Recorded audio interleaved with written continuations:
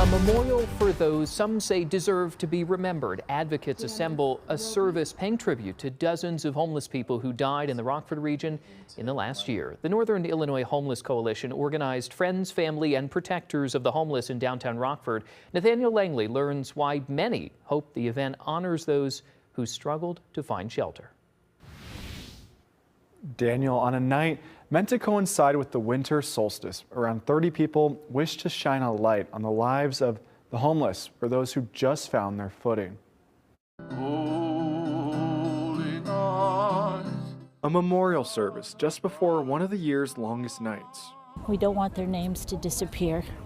We want to remember who they were and what they brought to the world.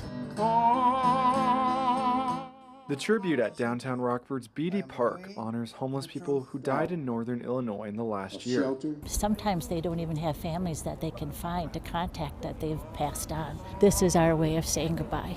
The City of Rockford's Health and Human Services Department and the Northern Illinois Homeless Coalition organized the annual event.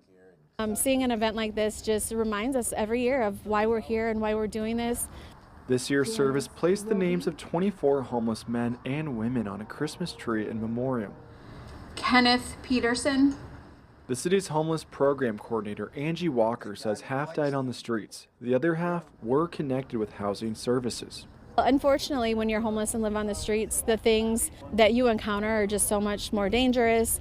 Some attending recognized names listed. There was one on there that when I started going to one of the particular places that I go to, she was the first one to greet me.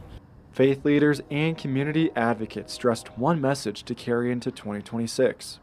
Every person is important, no matter who they are, no matter what their struggles are. They matter, just like anyone else. The name ornaments and Christmas tree will be moved to the Rockford Park District's Webb's Norman Center at 401 South Main Street. It'll be on display for the next week.